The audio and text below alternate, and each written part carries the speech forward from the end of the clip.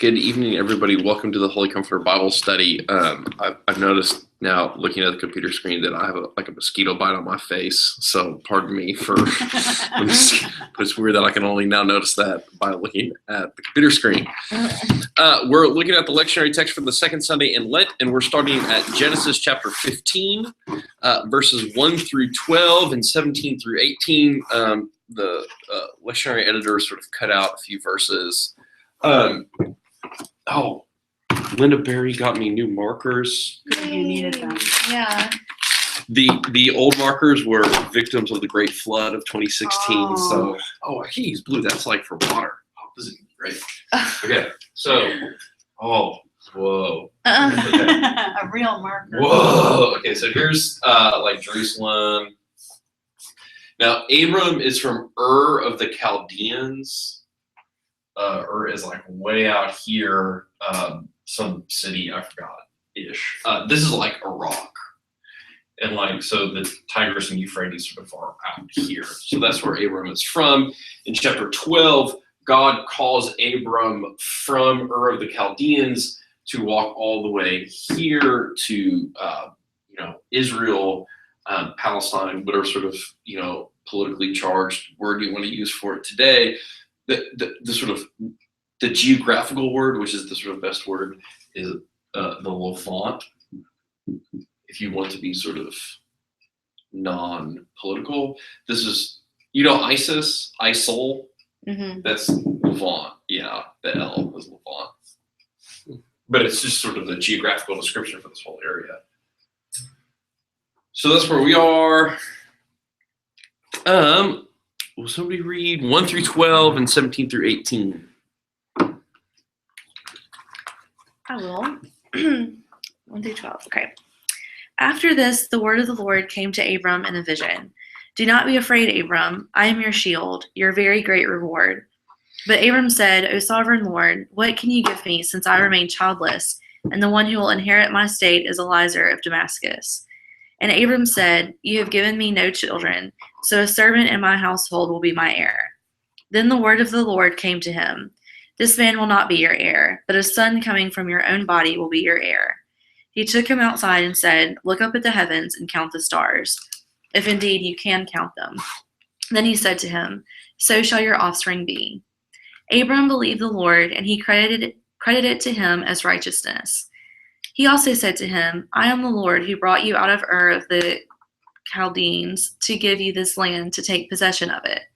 But Abram said, O sovereign Lord, how can I know that I will gain possession of it? So the Lord said to him, Bring me a heifer, a goat, and a ram, each 3 years old, along with a dove and a young pigeon. Abram brought all these to him, cut them in two, and arranged the halves opposite each other. The birds, however, he did not cut in half. Then birds of prey came down on the carcasses, but Abram drove them away. As the sun was setting, Abram fell into a deep sleep, and a thick and dreadful darkness came over him. Okay, and then 17 through 18. Mm-hmm. When the sun had set and darkness had fallen, a smoking firepot with a blazing torch appeared and passed between the pieces.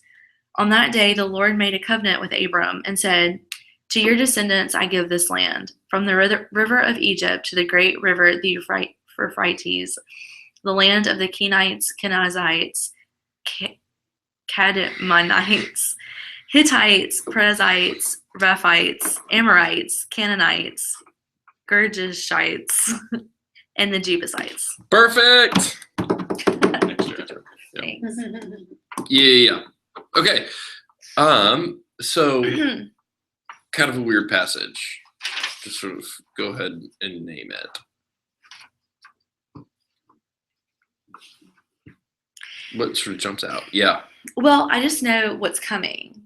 And I just feel like God is saying, I want your heir to come from you and your wife. Uh-huh. Yeah. And then the whole Hagar and Ishmael. Yeah. So I mean, so what do you think? So I feel like Abram kind of took matters into his own hands, which happens a lot. He's human. But I don't know. I just feel like when God so clearly says, don't do that. I have a plan for him to not listen to it seems kind of. Yeah. I mean, it's just like us. I know. Right? I mean, yeah. this is the real beauty of it. I think that it's like, oh, look, even the patriarchs act, So just, so we're all sort of, remember this. Abram at this time, his wife is Sarai. They're super old. They don't have kids. So essentially after this passage, Sarai says to Hagar, her own servant, hey, y'all should go, and what happens is then we get Ishmael. God says that was a poor decision, whatever, and then we get Isaac later.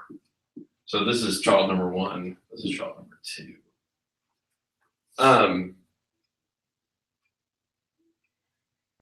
Yeah. So it's also about trust, right? Mm-hmm. It's about sort of, Abram really not trusting what God says. I'm going to give you these offspring. It's like, oh, yeah, sort of, yeah, right. What do you think about trust? I've been writing a little bit on trust. What I don't know. I don't even know what it is. Like, the more sort of like I'm not sure what it even means. Mm-hmm. Because I can't be so naive to say, oh, you should just trust people. Because I know you can't. But I also know that it's healthy to trust people that you're sort of that you're accountable with. So I don't know. In Peter Pan, the thing is faith, trust, and pixie dust.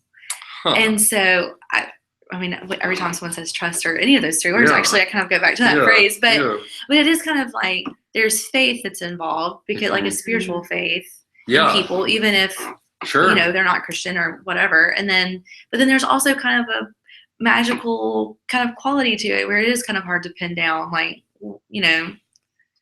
what is that really? But it's just I think, believing in people and even though they could potentially hurt you in the future, to take that leap of faith. There's so many elements. I mean, even like I'm in my car, I trust that person is going to stop at the red light so that I can go through the green light. Right.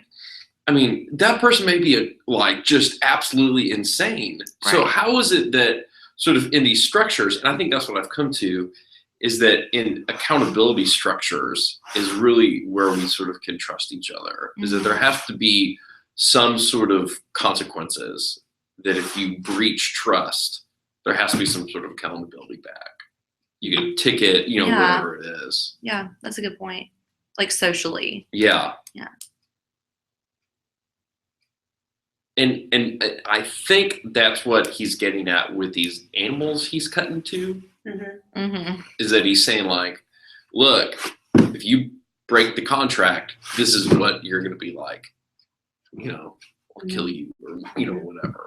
Yeah. But there is but here's the weird thing, right? Is that then Abram doesn't trust God, but he's not split in 2.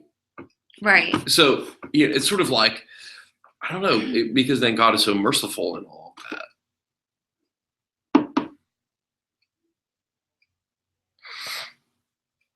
What I don't know. What are times that y'all have trusted? I trusted Cody to put up with me for 6 months in the hotel room. And I trusted that our relationship would be strong enough to handle that. Sure. Yeah. And we trusted Holy Comforter when we moved our membership here. Yeah. So that was the big one. Yeah. Yeah.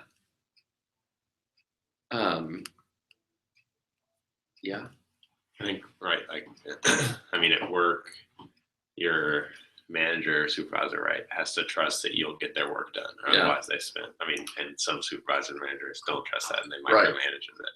I mean, you have to trust that the people you have can get the job done. Yeah. No, it isn't really interesting because there has to be that fine line because it's sort of micromanaging is too far, but then sort of not having any accountability is too far the other way. So what's that sort of, how do you find that sort of, and we know it's an elastic middle. I mean, at least in the relationships I have, that always changes.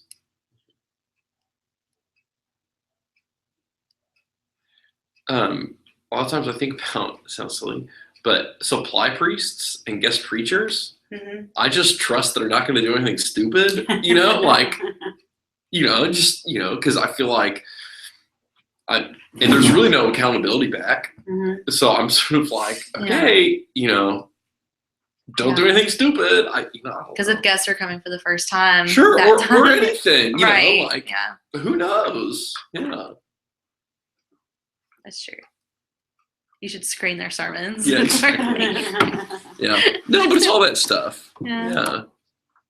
It also makes me think, just sort of reflecting theologically,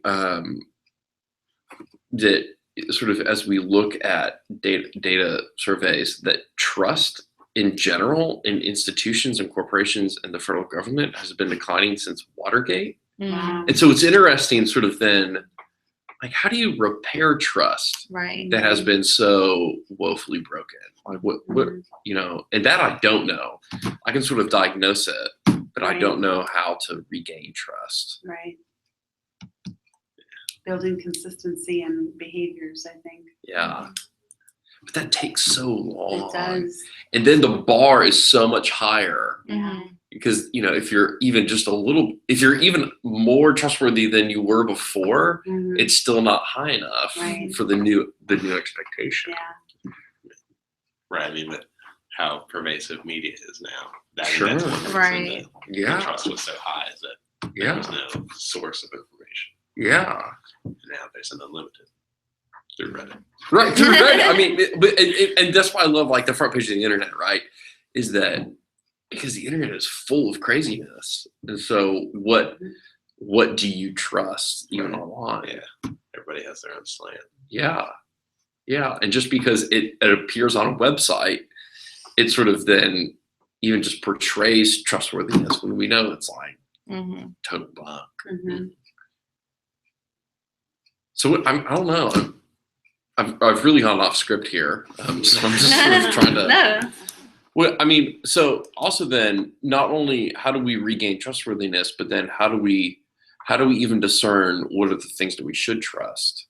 I mean, I don't know. Maybe this would be a good exercise. Like I said, I'm just going to come up with this to even sort of sit down and name the 5 things or people that we do trust and why we trust them. I think that would be an interesting exercise. Like who.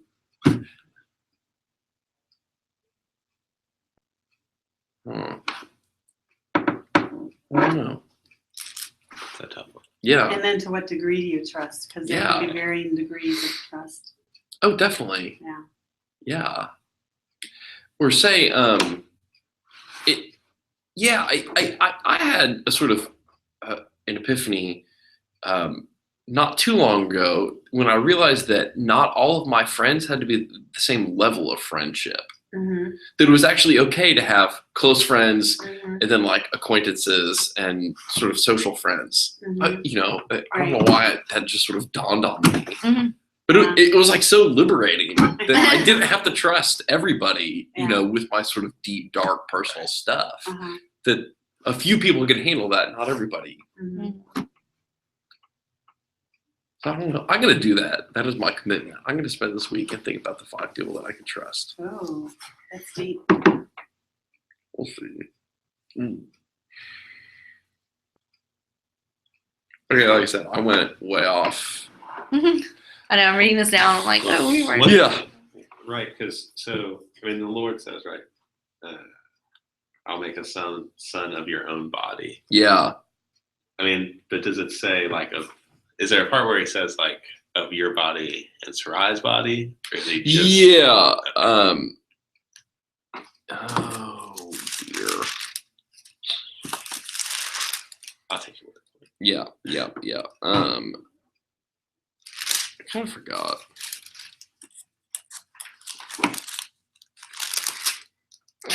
You caught me. I mean, I figured, right? I mean, Yeah. It's clearly implied. I don't, and I don't remember if it actually comes after this or before this.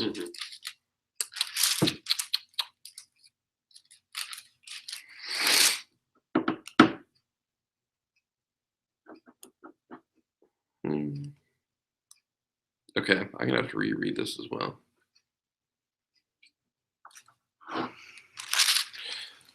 Now there is a great. I do remember this later on.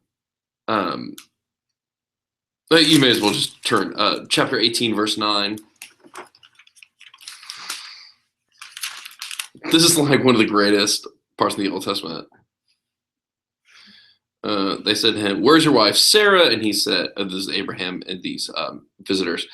There in the tent." Then one said, "I will surely return to you in due season, and your wife Sarah shall have a son." And Sarah was listening at the tent entrance behind him. Now Abraham and Sarah were old, advanced in age, and had ceased to be with Sarah after the manner of women. So Sarah laughed to herself, saying, "After I have grown old and my husband is old, shall I have pleasure?" The Lord said to Abraham, "Why did Sarah laugh and say, 'Shall I indeed bear a child now that I am old?' Is anything too wonderful for the Lord? At the time set, I will return to you in due season, and Sarah shall have a son." But Sarah denied it, saying, "I did not laugh," for she was afraid. He said, "Oh yes, you did laugh." Hilarious, right? And so I actually don't think that the promise to Sarah comes until after this covenant. And again, I mean, it's sort of like the political issue of the day, but it also then throws in the question like, is this biblical marriage? I mean, so sort of like it calls into question all our sort of presuppositions. Like, ooh, wow, it's different than I thought. Okay, let's move on. Let's go to Philippians.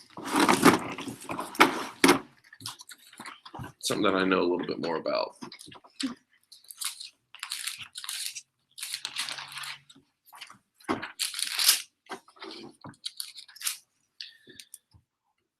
I'll read it.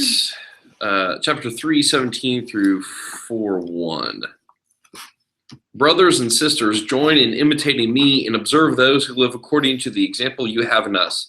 For many live as enemies of the cross of Christ. I have often told you of them, and now I tell you even with tears. Their end is destruction, their God is the belly, and their glory is in their shame. Their minds are set on earthly things, but our citizenship is in heaven. And it is from there that we are expecting a Savior, the Lord Jesus Christ. He will transform the body of our humiliation, that it may be conformed to the body of his glory, by the power that also enables him to make all things subject to himself. Therefore, my brothers and sisters, whom I love and long for, my joy and crown, stand firm in the Lord in this way, my beloved.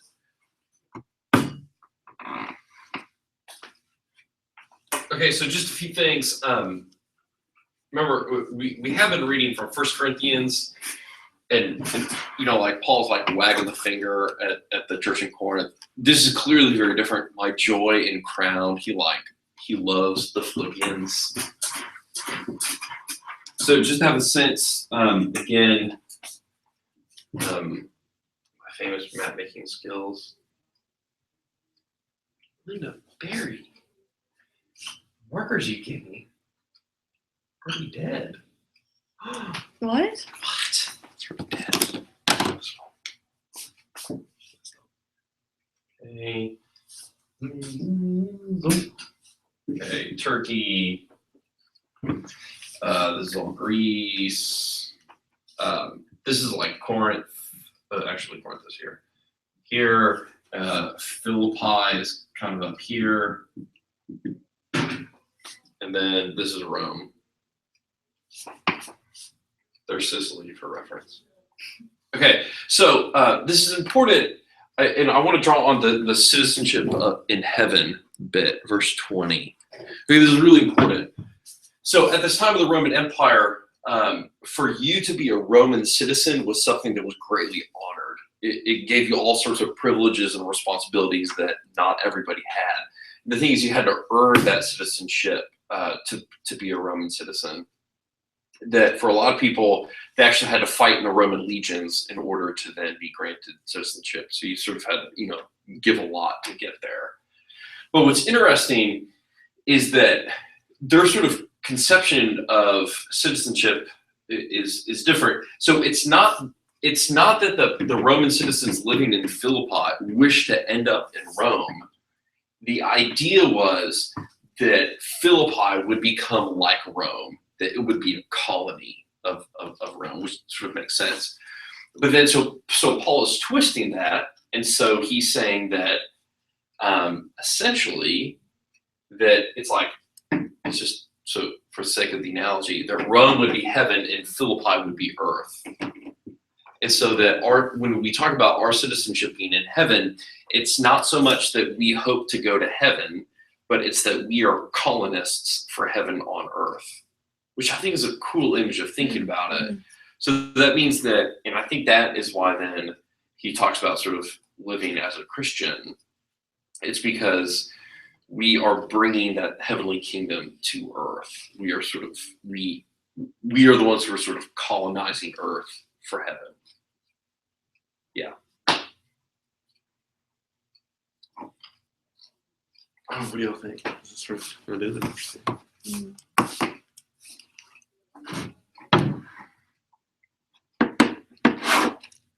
It's like the Lord's Prayer, thy kingdom come, which is interesting. I think a lot of times we say that and we don't really ponder, like, oh yeah, it's like thy kingdom comes to us.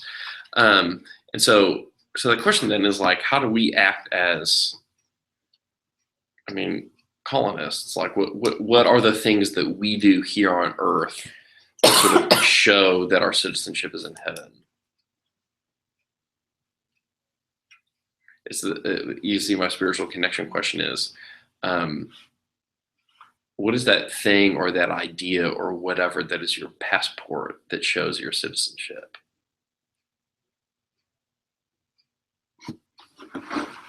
There's no right answer, but it's sort of this, it's that question of like, what sort of really makes you think or feel that you are a Christian? What is that thing? I think claiming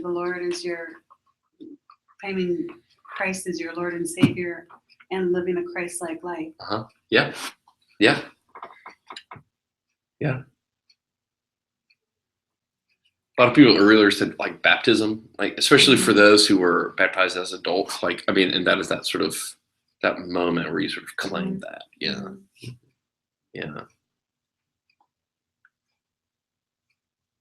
So I think for me it was like confirmation, like, sort of when I was older, actually sort of doing that and saying those words. I think that was sort of my moment.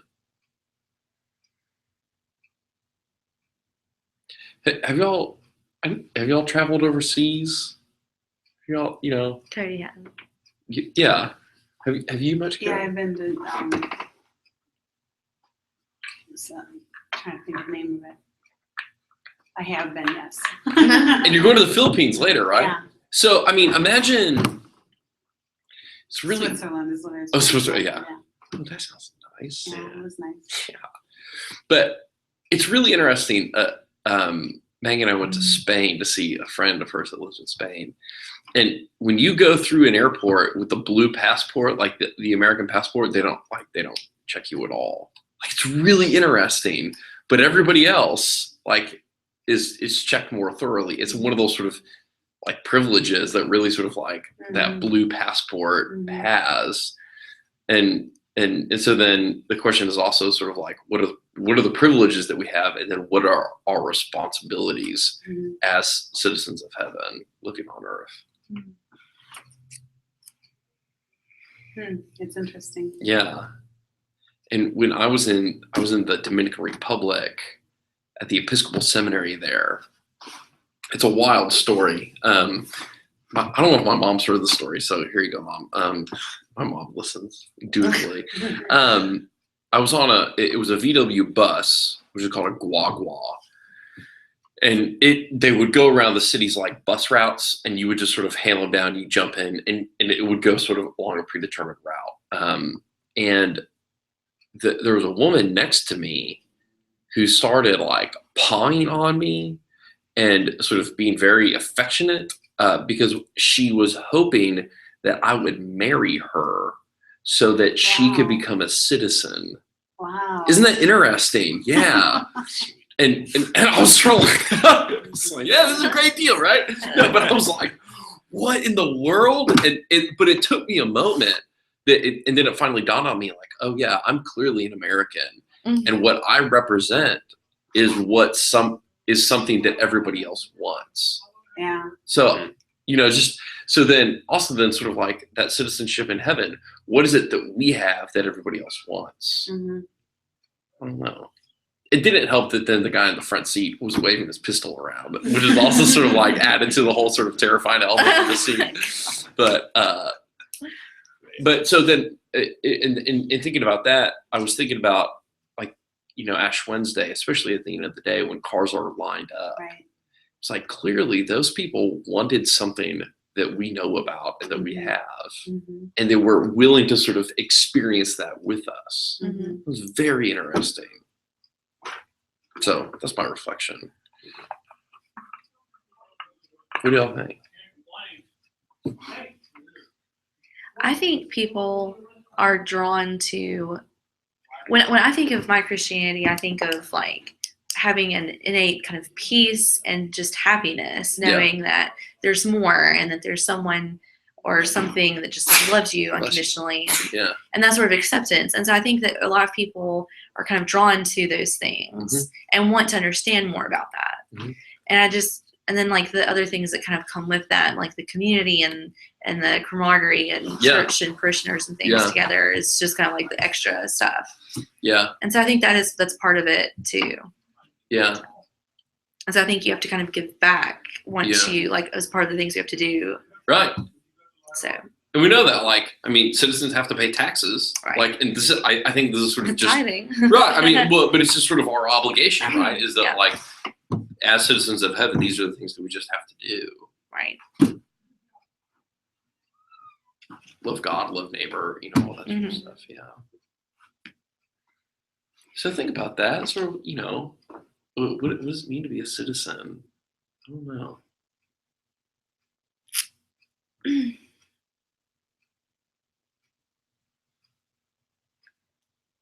Yeah, right. Because one thing I feel that some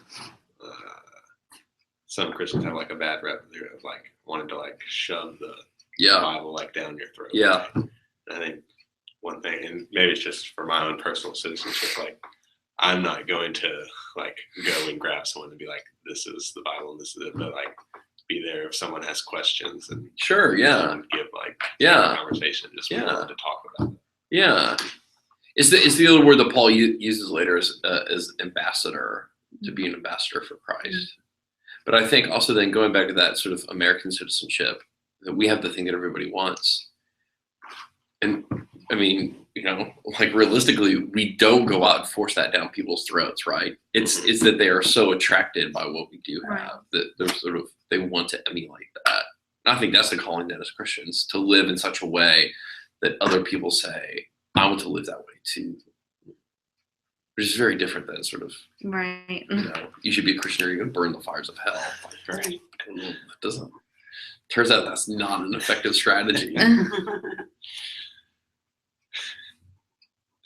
Okay, Luke 13.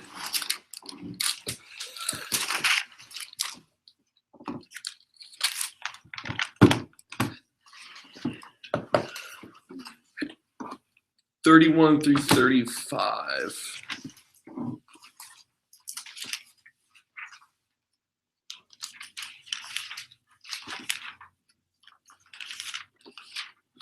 I'll read it. Thank you. The lament over Jerusalem. At that very hour, some Pharisees came and said to him, "Get away from here, for Herod wants to kill you." He said to them, "Go and tell that fox for me. Listen, I am casting out demons and performing cures today and tomorrow, and on the third day I finish my work. Yet today, tomorrow, and the next day I must be on my way, because it is impossible for a prophet to be killed outside of Jerusalem. Jerusalem, Jerusalem, the city that kills the prophets and stones those who are sent to it. How often have I desired to gather your children together as a hen gathers her brood under her wings, and you were not willing. See, your house is left to you, and I tell you, you will not see me until the time comes when you say, 'Blessed is the one who comes in the name of the Lord.'" Thank you.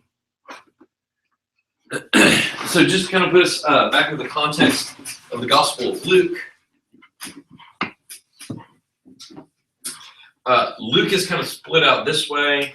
Just sort of, you have the introduction, which is the birth, angels, shepherds, all of that. Then you have his ministry in Galilee. And then starting in chapter 9, he sets his face toward Jerusalem. And we call this the long journey because he's walking the whole time. And he's you're building up this sort of like anticipation. When you read it straight through, you're like, oh yeah, you can tell like it's sort of leading up to something. And that is then the Holy Week narrative. So Palm Sunday, Good Friday, Easter, and that whole sort of story. So that's kind of just to let you know then we are right about here, sort of we're starting to feel sort of ramp up. And you can tell then that Jesus is not making people happy. He's sort of, making enemies, calling Herod a fox. He would have preferred to have been called a lion. That would have been the sort of more royal image that he'd want. So by calling him a fox is a sort of a zinger. Mm-hmm. I love that he says, I will reach my goal. Yeah. Like Yeah.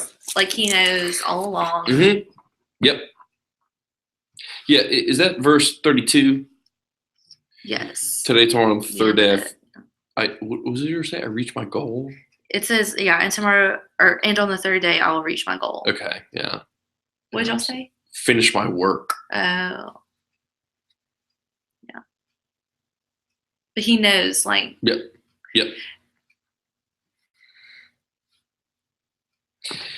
And then so we know Jerusalem, the city that kills the prophets and stones those who are sent to it. How often have I desired to gather your children together as a hen gathers her brood under her wings, and you are not willing.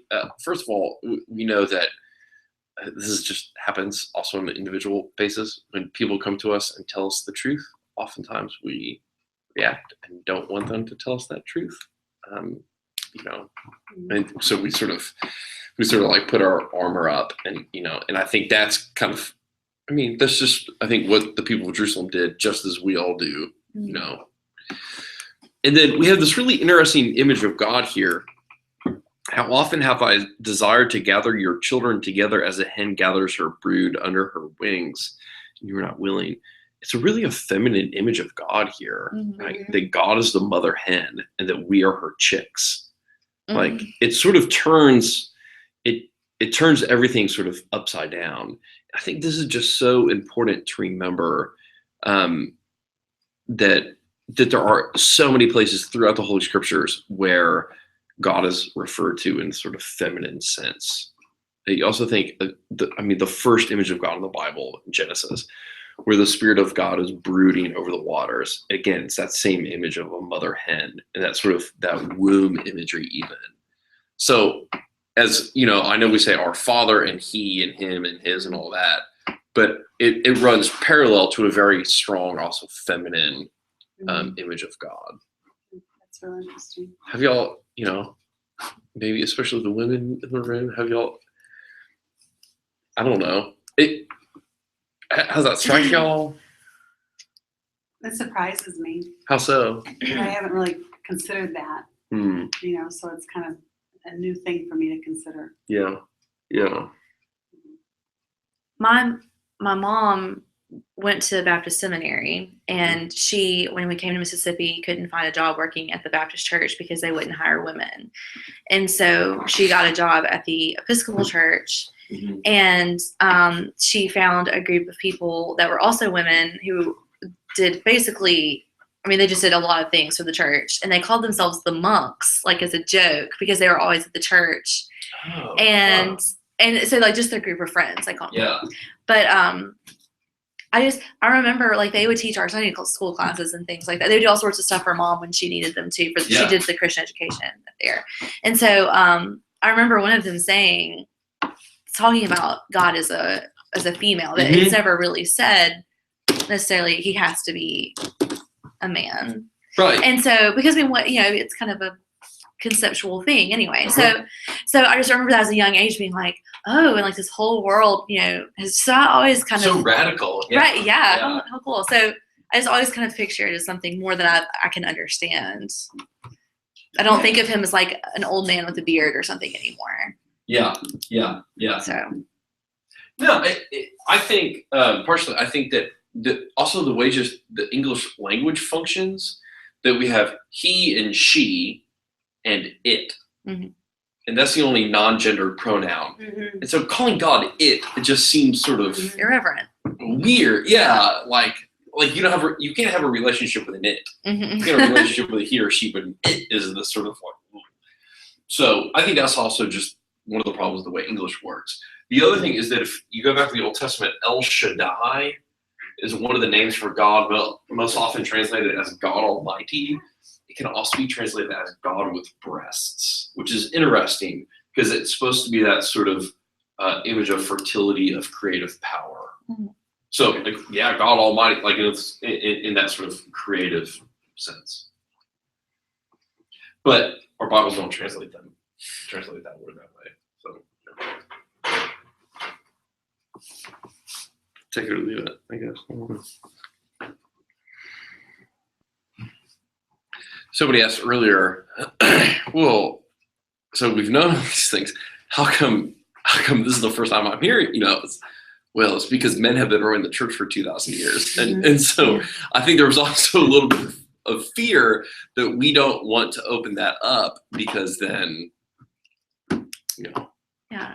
That if you have too many questions about your authority figure, it's hard to trust that. Yeah, So, exactly. Make it full circle. Right, and so that's also the sort of one of the ways that you try to build up trust is by limiting information. Right, and so then you just keep everybody in the dark, and they have to trust you. Like, well, also that's also an ineffective strategy because then people eventually find out. I mean, refer, like your experience. Mm-hmm. Yeah. I think it's also helpful pastorally and spiritually for people who have been greatly wounded by either their mother or their father. Yeah. That, I mean, I knew a lot of people that had a really difficult time saying our father just because the connotations they had of father were unhealthy, just bad images. And so it's sort of like, at what point do you have to remain true to the sort of received tradition of this is the word we say to this person then has no connection with that prayer. So, how do you sort of balance all that?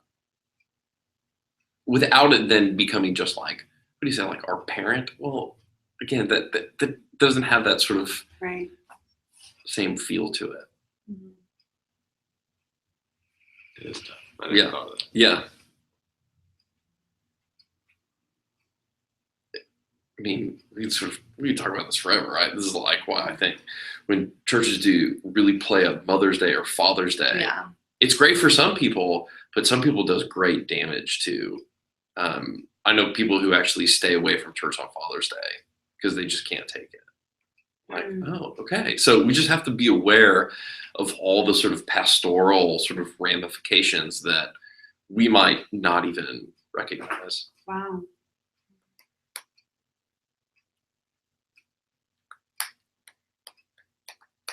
You probably didn't think we were going there tonight, did you? Sort of.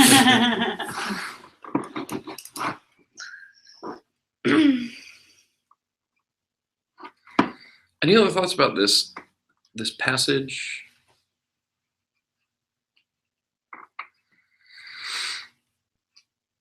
I really do think verse 35 then, see your house is left to you, and I tell you, you will not see me until the time comes when you say, bless the one who comes in the name of the Lord. I think this is really sort of ramping up for, look, my end is coming. He's also reminding them that Jerusalem is then destroyed in 70 AD, just about 40 years after this. So saying like, look, I mean, it's all going to come crashing down anyway, so y'all better get on board now. Mm-hmm. Don't put so much stock in the physical things. Yeah. I preached a sermon on this a while ago about the destruction of Jerusalem, in that sort of when the Romans come in, they tear down the temple and they sort of like burn it. They sacrifice pigs in it. Like they totally desecrate everything, which is also then an image, I think, we have our own little temples and, they've all been torn down.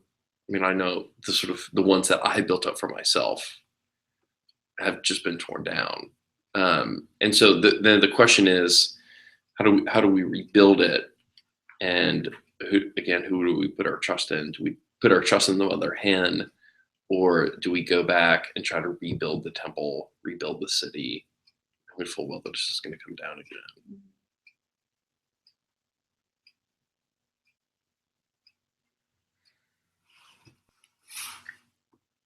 So just sort of speaking personally, when I was diagnosed with type 1 diabetes when I was 21, like that was like, okay, so all the temples came, all my sort of like things that I had built up that I'm 21, I'm fit, I'm strong, I'm invincible. Like, ooh, that came down real fast. Mm-hmm.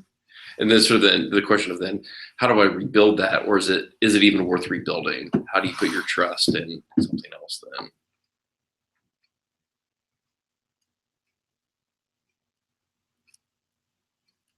So that's all I have. What do y'all have?